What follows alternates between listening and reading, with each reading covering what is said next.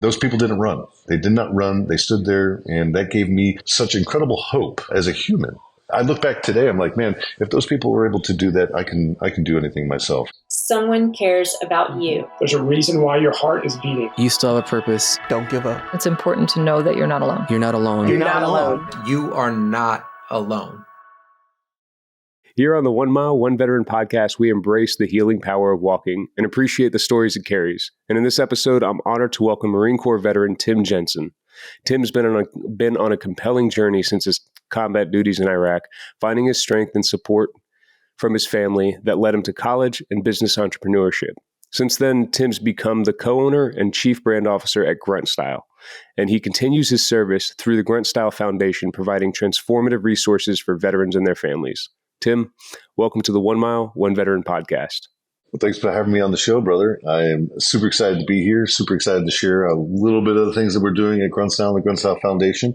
And, like I said, in the pregame of this conversation, I always enjoy hanging out with a good corpsman. Well, we really appreciate our Marines, and there's just so many amazing things that y'all have done. And I want to start kind of at the beginning. So as our listeners begin tracking their walk with the Strava app, I'd really love to learn what made you decide to join the Marine Corps. Oh man, there's a lot involved in that, but I think what it comes down to is finding a box of medals from my grandfather from his service in World War II. He was a draftsman, architect type of deal, intel dude. In the United States Army Air Corps, which was a precursor to the United States Air Force that was formed in 1947. And, not anybody really knew in the family that he was a war veteran, probably other than my grandmother. Right? Never talked about it with my aunts and uncles. I come from a big, Chicago South Side family. Got 32 cousins, 8 aunts and uncles. And, nobody really talked about that stuff. So when I found these medals, I was pretty, astonished at what I'm looking at, right? And I was a young kid. I was maybe like 9, 10 years old. I don't remember. But my mother had bought me the Encyclopedia Britannica, the precursor to Wikipedia for all you young cats out there. And that was a birthday gift that I got at a very young age, right? And I looked up any medal that I could find inside of the encyclopedia. There wasn't really much there, but it gave me enough to start really doing more research, and I put all those medals together and all of his ribbons, and gave it back to him. And the look on his face, like I've never seen anything like that in my life. I was terrified. He was, I think there's a lot of anger, a lot of things came back up that I don't think that he was, really wanting to ever see again, right, or experience again. And that had a resounding impact on me. Up until the point where I was, looking to graduate high school. I had a pretty easy, time with that. I didn't want to go to college. I was pretty, set on, just doing something different, right? I didn't want to go into the workforce. I didn't want to go to college. I wanted something that was going to challenge me. And I figured, let's join the military.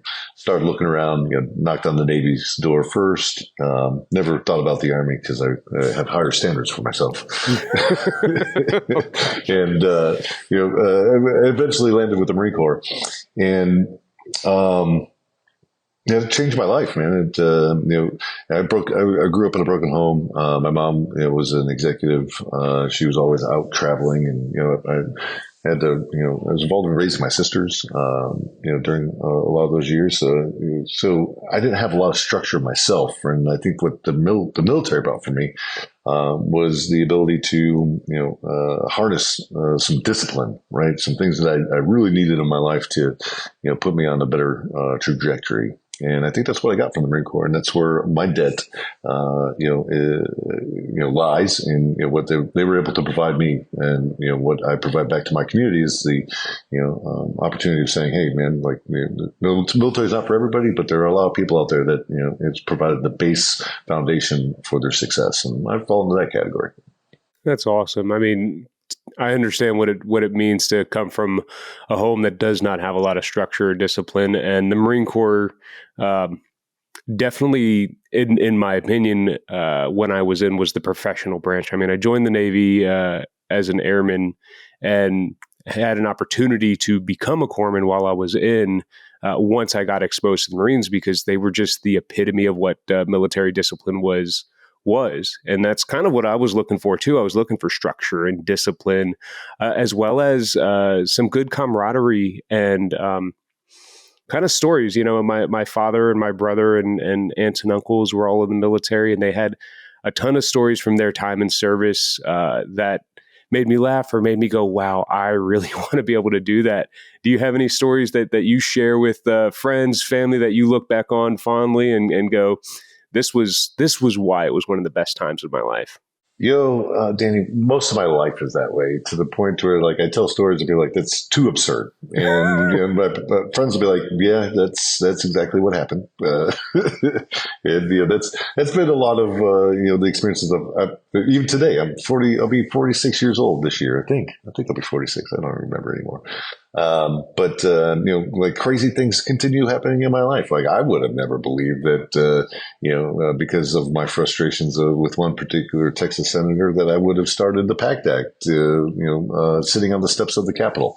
Like, how do you tell those stories without people going like, Tim, you did that? I'm like, I know. Your service through Grunt Style and what you give back is quite impactful, from things like, especially with like the Grunt Style Foundation, providing for military veterans and current service members as well. What is it about your time in service and that period of life, especially serving over in Iraq, that made you come back and say, hey, I want to get involved and continue to give even more? Well, that's a great question. I think it is a longer explanation there, right? Because I'll start back in so what picking up where I left off with my grandfather, right? Is I graduated boot camp. My grandfather was there. First time I ever seen the man cry in my life. I thought that was stupendous. I thought that was something I take. I still have that memory today. But my active duty side was nothing spectacular, right? It was 1997. There was nothing going on in the world in 1997. But from that time period, 97 to 2001, there wasn't really anything going on. Like that Kosovo 99, a couple small little BU skirmishes that were going on. Nothing really exciting. I got out, right? And I'll be honest, I'm transparent. I'm like, I wasn't the best garrison Marine, right? You get doing all the same thing every day of busting rust. I was an Amtracker, my first job. It's the same thing. Go down to the ramp. I'll bust rust. Go out to the field and drive infantry around and blah blah blah blah blah. Right? That's boring. And then you get into all the other extracurricular activities of drinking and yada yada yada. And I fell into that trap, and I spent a lot of time probably boozing more than I should have. But when I got out in April of 2001, I went back to Chicago and hung out for a little bit. Got a job doing union carpentry, which was a pretty fun gig. I was probably on all the major big jobs that were going on during that from 2001 to 2008. All time broken in between from a military reserve service. But I really enjoyed doing that. I was a master mechanic and laying floors, and it was a really cool job, making a lot of money as a young kid. Union work in the city of Chicago, you get paid, man. If you're a go-getter and you go after that overtime and double time, you can make some serious scratch as a young man. But September 11th happened. I'm like, God dang it. Like, we're going to war and I'm not a Marine any longer. And I'll never forget that day. I was working at the new Cook County Hospital, Stroger Hospital, I think is what's called today. And, the job site gets shut down, going to send us all home. And, everybody remembers that moment in time. But from that point, I was like, I need to start thinking about getting back in the Marine Corps. And I started that process and found myself in a reserve battalion in the city of Chicago. Got in with their I&I station because that's the first hurdle I had to navigate to get back into the reserve unit. And then I heard that the parent or the unit that they're attached to, that they oversee, 2nd Battalion 24th Marines, it was getting ready to deploy. I'm like, I want to go on that deployment. And they're like, well, Corporal, there's not any room on the MTO for non-03 designated MOSs. I'm like, well, okay. You guys, it's a year deployment. There's going to be training that's going in. Like, I'll OJ into an 0311 field. Like, just put me in. I want to go. So they accepted me into the battalion. During that time period, we were in California. I got to do a lot of 0311 work. Got the secondary MOS of 0311 and went to Iraq as an infantryman, which was a lot of fun. I really enjoyed it. What I enjoyed about it was the work that we were doing, right? It was 2004, the insurgency was just beginning. And we were doing a lot of different things. I got to see the first Iraqi national election, which, really holds me to like my grounding of that whole conflict. We're here almost 20 years post that, my experience in Iraq, and, there's a lot of shame that's involved in that, because time tells the truth, right? And, our reasons for being in Iraq were not really the best of reasons. But being there and seeing these individuals vote for the first time really anchors me. And like, yeah, we did the right thing, and we were really helping these people. So from that, I came back home and struggled in the civilian space. Went back to the carpentry gig, and my drinking and drug use got out of control and lost control of my life, and ended up divorced. Lost everything, tried to take my life. And it wasn't till around, 2010, I was like, I need to get my act together. And met a great woman that is now my wife, and she's really kept me, on the straight and narrow, and been an incredible savior in my life. And, I went to college, got my degree in game design, game theory, game art, all that stuff.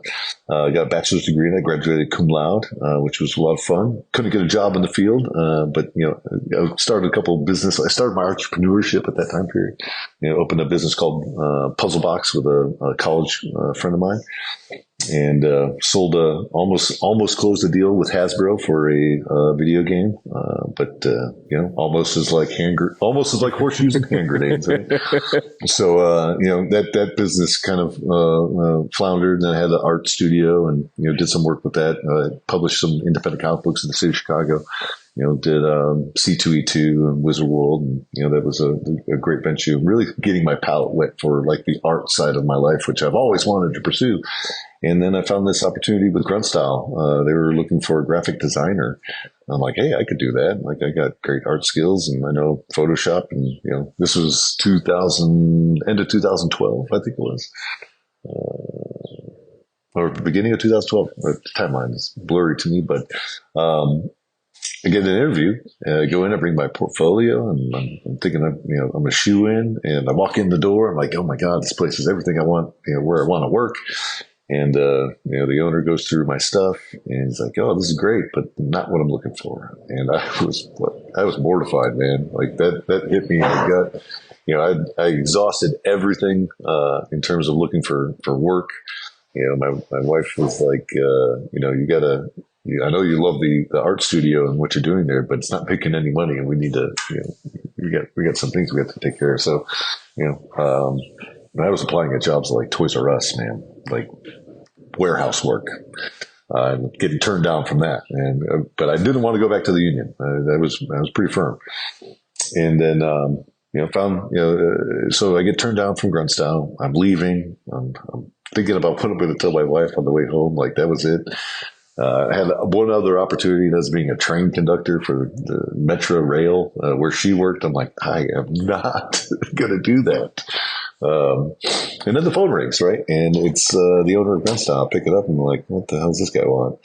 And he's like, hey, man, you had such an impact on me. There's something about you, and I'd love to offer you another opportunity. I'm like, okay, what is it? He's like, it's folding T-shirts. I have a position there. I'm like, I'll take it.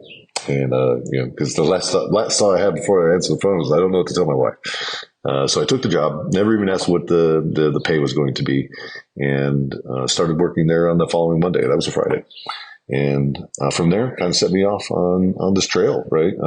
Started off folding t-shirts. There was no other job lower that within the business, and worked my way up into being an owner and one of the chief executives of the business. Over the years, growing this and really being part of the community has been a lot of, it's been therapeutic for me, right? And the things I've been struggling with, I've learned a lot of things about myself over the last 10 plus years doing this and working within the veteran community. What keeps me doing it is to see that there's a lot of people struggling out there, right? A lot of people struggling from their combat experiences. A lot of people struggling from other things that they've just not been able to transition back into the civilian world appropriately. So, we're seeing this in so many different ways. We're seeing the slippery slope of veteran suicide, which is running rampant through our community. Is some of the biggest challenges of our day, and that's where the fight for me comes. Right? I got involved in the burn pits conversation. Early with Rosie Perez. They've been advocating for 10 years, and they knocked on our door and asked me to get involved. At that time period, a lot of my friends were dying from burn pits. My commander, my battalion commander, my XO, my best friend, a lot of other people within the battalion that were falling down to this. So it was hitting close to me, and I'm like, yes, I know about this. And we got into the conversation. We started seeing all these other people that were being affected, and all the early advocates, started. They weren't with us when we passed that bill into law, right? So that's the burn pit side of it, right? And then we think about veteran suicide. The Brown University put a number out in early or mid 2023, and it was 30,177 veterans had taken their life in 20 years, right? That has been tracked. Mm-hmm. It's in comparison to the 7,000 lives that were lost to combat, right? So it's a factor of 4.4 or something like that in relation to the number of suicides versus combat injuries. But the real number, my friend, is something in the tune of like 150,000 veterans in that 20-year period have taken their life, right? And then we have to start asking the question, why? Why are we doing this to ourselves? The first thing that pops up into my mind is, the large majorities of these individuals after their death, we're noticing that they're on, they have antidepressants in their bodies. Yeah. And then we start thinking about SSRIs and thinking about all these prescriptions that are, being given to the veteran. It's a cocktail of different things that we don't know how they're all interacting with each other. Wellbutrin, right? Wellbutrin is a drug that is highly given or highly prescribed within the VA system for smoke cessation, but it has an extraordinarily high suicide percentage. What are we talking about? And then we're mixing that with Zoloft, Paxil, Trazodone, and all the other things, that the veteran is ingesting to manage their anxieties. This is absolute madness. So that's what keeps me in this fight. That's what keeps me, coming in every day to, find ways of utilizing the voice that we've created in this community that we've created within Grunt Style to make changes within the community that are desperately needed. This is just a group of individuals that said, we're tired of seeing this, and we're tired of seeing what's happening to our country.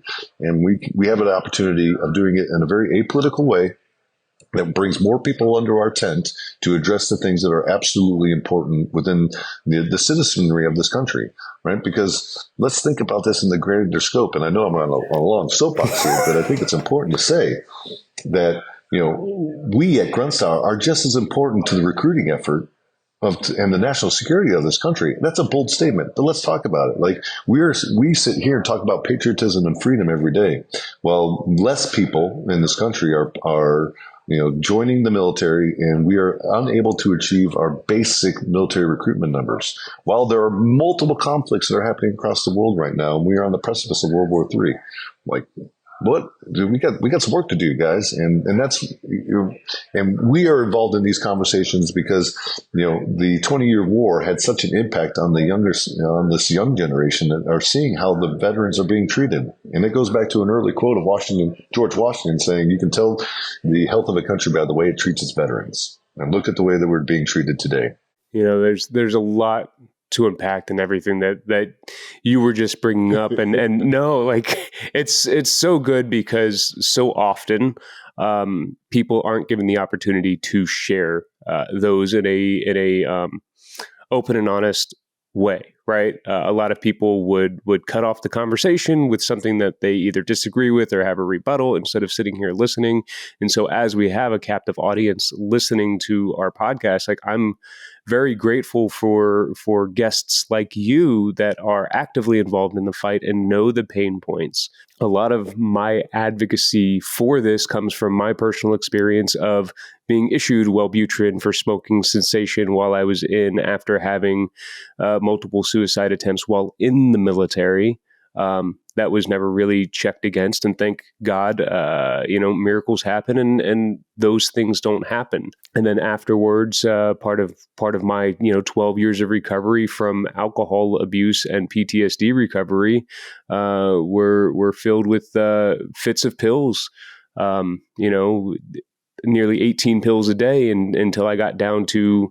Right now, I'm taking an occasional antihistamine because I started doing the other tools that are more important that us as military service members are taught while we're in. If you do these things, your body will be healthy, your mind will be healthy. And some of those things is starting to focus on the positive stuff. And, within the veteran community, I know that we're really, really good about talking about the bad stuff and really, really bad about talking about the good stuff that's available. I mean, the sacrifices that the Vietnam veterans made over the years to get the VA to where it's at, and we're still not utilizing the services to the capacity. So veterans, we're sitting here underfunding the VA because of our refusal to go get treatment. Yeah, and this is a great point. And I'll put it to you this way. Like just real quickly, and the PACT Act has shown that everybody has the opportunity. Everybody has the opportunity to make a change with the VA. Who am I? Like I was just a catalyst, man. Like right. I'm not anybody special. I'm not anybody. I'm part of a company that cool. That's great. That and it has influence. But at the grand scheme of things, it was an idea, and it was a group of people that said, you know what, this is a hill that we're going to die on, and we sat there, right? And what that did is that forced the government to have the uncomfortable conversation of, are we willing to let our sacred treasure of this country be treated the way that they're being treated right now? And it took 6 days for them to come to that decision, my friend. 6 days of sitting in sweltering heat and storms and rain and all sorts of weather for them to be like, yeah, we do care about you veterans, and we're going to get you the health care that you need. And that's really what I want to hit on, is because you've got to witness the slow action of democracy and progress, both domestically and abroad. What was it about your time in Iraq to watch the first elections go through, and the people that went to vote were not just under threat of, oh, this is hot and this is long. They were under the threat of active violence, and you providing security during this time, and the Marines and Army and different nations that came together despite our reasons for being there, got to witness hundreds of thousands of people going to vote for the first time because they knew how important it was. And that slow process. So what was it about that time in Iraq that then gave you the courage and tenacity to help push through some important legislation like the PACT Act, which is getting so many more veterans registered for their care? Yeah. I think let me set the table, right? When we were in the Triangle of Death in 2004, 2005, right? It was so violent in our area that, all the roads were black. The insurgency were setting up their own checkpoints, and, the way that they were, embedding themselves within the communities was out of control. And we were, at that time period, the only province in all of Iraq that was not going to get an election station or any opportunity for the people to vote, right, within the province of Northern Babel. So, we arbitrated. We were under the MU at that time. We worked with General Mattis, not we, but my battalion commander, right? They worked with Mattis to, give them the confidence that we can control the security of the situation by, and having some polling stations. And the plans were shown on how that would look. And, the command gave us 3 polling stations. And my friend, what I saw there were 3 million people within the province of the Northern Babel province. We had the highest voter turnout rate, 78% in the country that voted. That's a substantial number. And, I got to witness, men and women and children, standing in these long lines under the threat of death, right, to vote for the very first time. And there were few that did lose their life, right? There were drive-bys that were happening. There were indirect, fire that was, being targeted on these polling stations. There were all sorts of shenanigans that the insurgency was trying to implicate or execute on during that time period. And, I was chasing them down during that time period and doing our job to eliminate these people off the planet. But those people didn't run. Right? They did not run. They stood there, and that gave me, such incredible hope as a human, my friend. That I look back today, I'm like, man, if those people were able to do that, I can do anything myself. And then I look at here in the country and how our democracy works, right? Where we can't even get 60% of the population to vote in any of in just politics, right? And then, we sit and we question, like, the corruption and, how the government works in its vastness and how slow the machine is and the bureaucracy and the lies, right? One of the biggest lies that we had to go against was Ted Cruz saying that there was a $400 billion slush fund. It's like, no, you are absolutely hoodwinking the American public by playing on the fact that there's ignorance of discretionary and mandatory spending, right? You're completely blurring the lines here and making this to be a farce. And that, my friends, like, ruined politics for me. Like, there is, that there are people within American politics that are willing to play with the lives of the citizens that they are elected to represent. Is no politician that that I think should be holding a seat within our government today. And unfortunately, it doesn't seem to be that way. There's a lot of corruption within our government, and but at the end of the day, it is us, the citizens, that we, the people, we have the ability to make that change. We can force our government to do the things that they need to do. And it takes a little bit of hard work, rolling up those sleeves, getting a lot of people to get behind you, and driving that message, right? One of the very first things I did at Grunt Style was during the sequestration. And we helped organize the liberation, if you will, of all the national monuments in Washington, D.C. in 2013 when they shut them down. And they put barricades around them, right? Denying veterans the ability to see these monuments, representing their loved ones, family, brothers and sisters, whatever the case may be, that have died in those conflicts. So we took those barriers, carried them all the way from every monument at the National Mall, carried them to the White House and threw them over the lawn. And you can look at that YouTube video, right? It was, respectful, but, we made that voice that, these are veterans that fought for this country, and to deny them their ability to pay respects to their loved ones is absolutely out of the question, and we will not stand for that. And, I think, we as a people need to let our politicians know that, they work for us. Absolutely. And, I know that there's a lot of people out there that are unwilling to take up such large tenaciousness, but they still want to make a positive impact. And I know that we have the power to be able to make a positive impact even locally within our community if we start acting within our communities on a regular basis. It doesn't need to be nationally to start solving some of the problems that we're facing.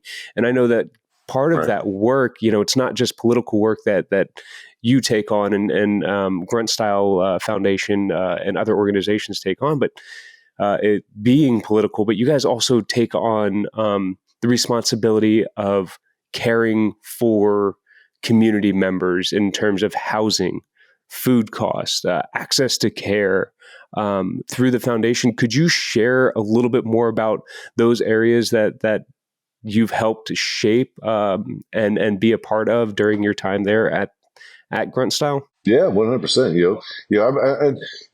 Our reshape the idea of, we fall into 4 buckets of how we run our foundation, right? It's suicide and mental health,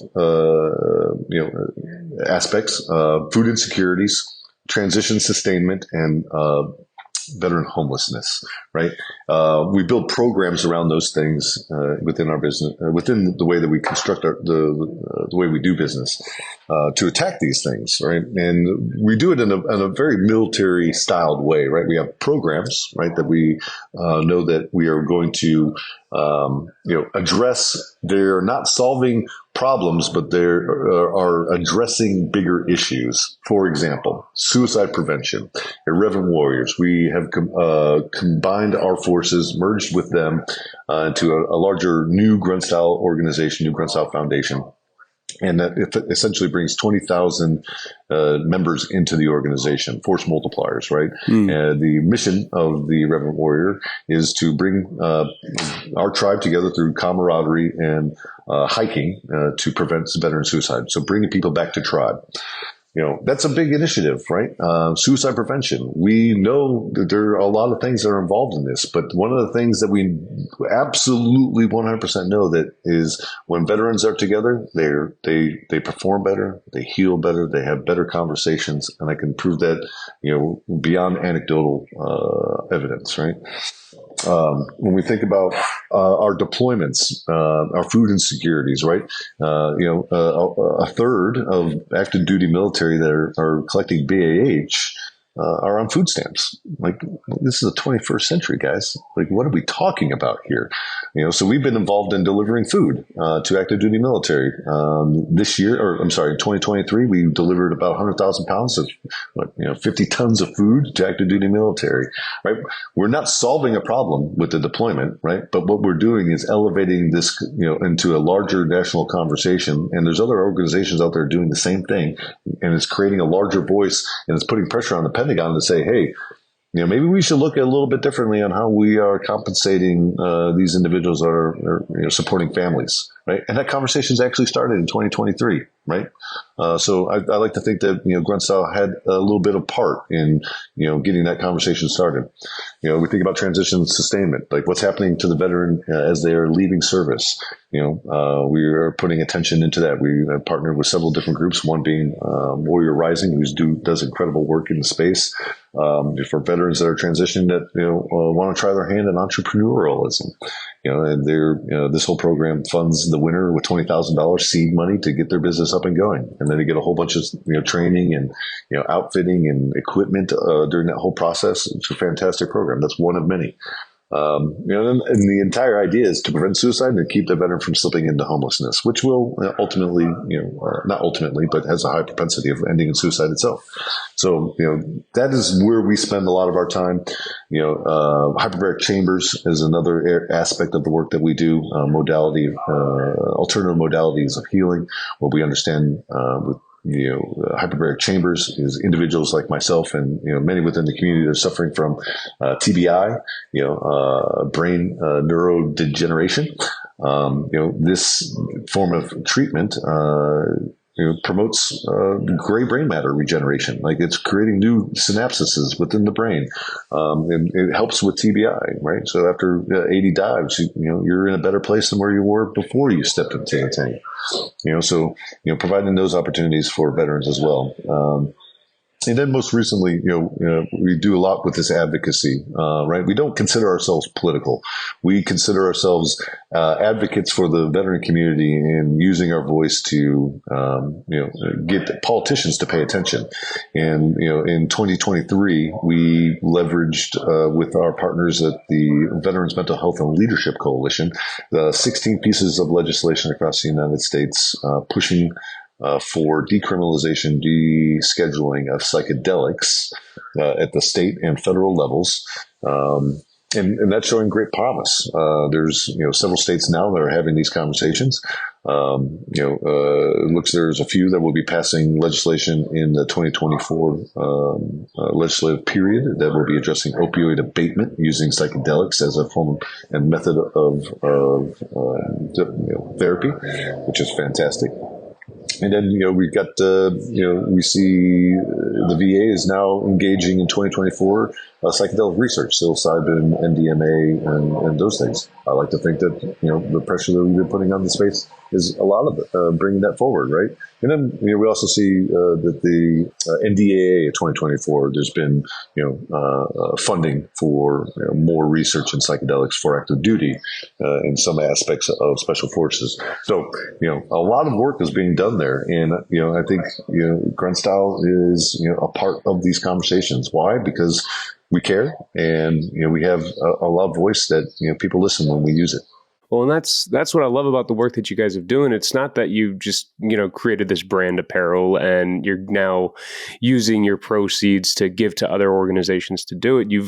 Grunt Style, in my opinion, has effectively built a very powerful community that has the attention of not only the lawmakers, but of other veterans as you're sitting there attracting new advocates for these changes. And I am just absolutely astonished at the changes that I see coming, because, when I got out in 2013, half the stuff that's available for us right now was not available. And it's because of organizations like yours partnering together, not being in competition for one another, but bringing each other to the forefront. And I think that's one of the really great, unique things about the veteran community, is that we're already used to working together. So kudos to you, and letting those buckets be a focus of the work that you get to do, because you've gotten to develop a life second to none through the work of Grunt Style itself. Yeah, absolutely.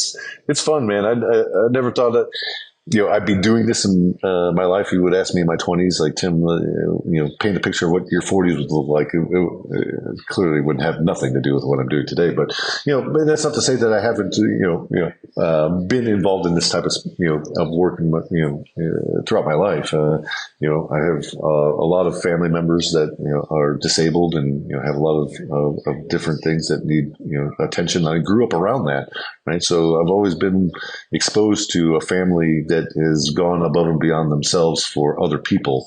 And that was a great foundational piece of bedrock for me.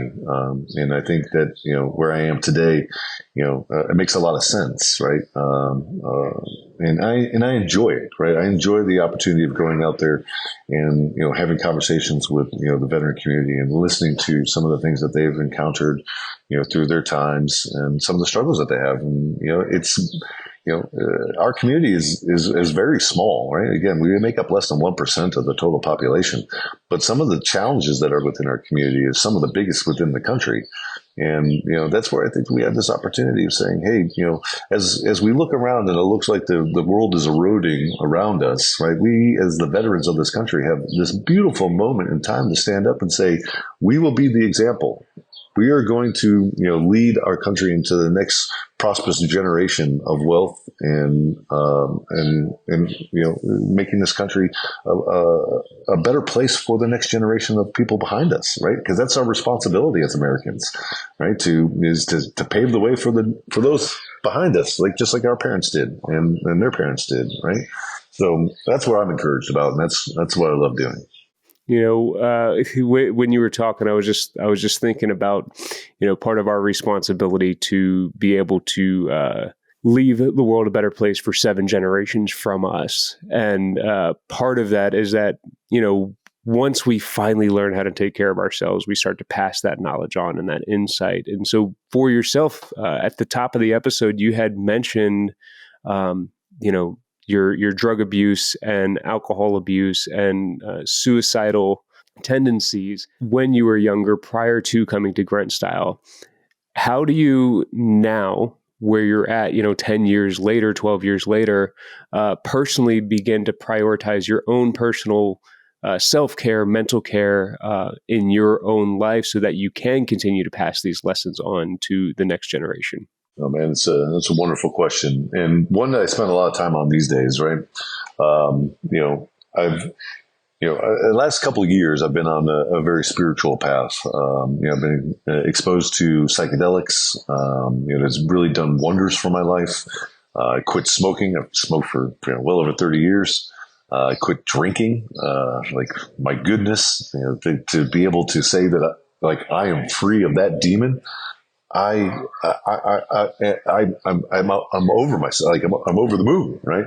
And and most importantly, to understand that the ego, like ego dissolution, the ego that was driving the prior self was it was necessary for Tim Jensen at that time to build this persona of myself to keep myself surviving, right? Because I was in survival mode from the time I got home for man, it felt like a lifetime, but it was almost 20 years, right? Of living in that hyper state of wherever I was in my mental capacities, and meeting that ego in medicine, and being able to destroy that and say, you know what, I'm okay. I'm okay with being vulnerable. I'm okay with being myself, and I don't need to be out here pleasing other people because that's not my mission. My mission is to bring other people to a sense of for lack of a better word, and not sound woo woo, but to bring people to Zen and bring people to a better state of themselves. And that's through patriotism. That's through this psychedelic work. That's through the sense of being beyond yourself, a sense of service through our foundation. That's where I'm putting all my time. And I spend a great amount of time doing self-inventory these days, to saying, am I living up to my full potential? Am I doing the best I can for my children, for my wife, for the organization and the people that I lead? I'm asking myself those serious questions all the time, where, I don't think I was asking myself the right question in previous instances. I don't think I was too far away from bullseye, but, I was nowhere dialed into where I am today.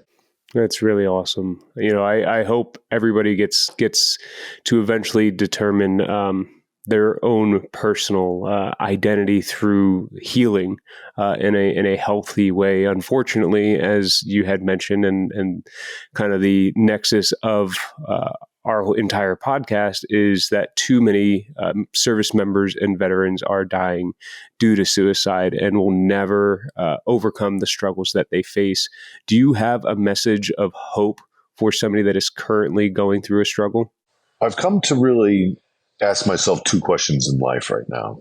And this is when I'm overly stressed or where I feel the world is, collapsing upon myself. First question I ask myself is, am I being shot at? If I can say no to that, I'm good. Check. Second question I ask myself is, am I going to die? No. Check. Those are the two most important things that I need to, ask myself to say, hey, I can change anything around me if I can say no to those two things. Because everything else is just life. And I have to, there are things that we have to manage through, and it is difficult and it sucks. It sucks real bad. But we can change the outcomes of ourselves and the direction in which we're going at any point in time. We are not grounded to anything. We all make mistakes. We all make bad decisions, and we all have to own those things. But we cannot run from them. Right. You have to, stand strong and address everything, that is thrown at you. And once you get to that position of an understanding that I'm not going to die and my life is not in jeopardy, then you can stand up and be the warrior that you need to be. That's amazing. Thank you for that. Tim, where can people find and connect with you and the work that you're doing? Sure. I would point you guys to, gruntstylefoundation.org to learn about all the incredible stuff that we're doing and opportunities of, getting involved yourself, through, joining us at a Silkies hike at any, city in the United States of America, to being involved in a food deployment at an active duty base that is being underserved. Right? All those opportunities are available. We'd love for each and every one of you to come out and experience that. But more importantly, I would challenge you, if it's not us, find somebody that makes sense for you, things that you're passionate about. Find those people in your local community and get involved that way, right? It doesn't have to be Grunt Style. I'm not asking for that. I'm just asking you to get involved. And secondly, go to gruntstyle.com. You see, the other side of the business that funds these wonderful ideas and the things that we're trying to accomplish. And, you can check us out on all the social medias and, see all the cool things and fun stuff that we're doing. That's who we are. You can check us out and, get involved some way, because our country needs us to participate, or the things that we continue to see around us are going to catch fire faster. Well, thank you so much, Tim. I really appreciated your time, and thank you for making the time to join us here on the 1 Mile, 1 Veteran podcast. Absolutely. My pleasure. And I look forward to seeing you guys do great things in the future. Absolutely. And don't forget, for our listeners, you can also listen to the 1 Mile, 1 Veteran podcast on Wreaths Across America Radio, ready for you on platforms like iHeartRadio, Odyssey, and the TuneIn app.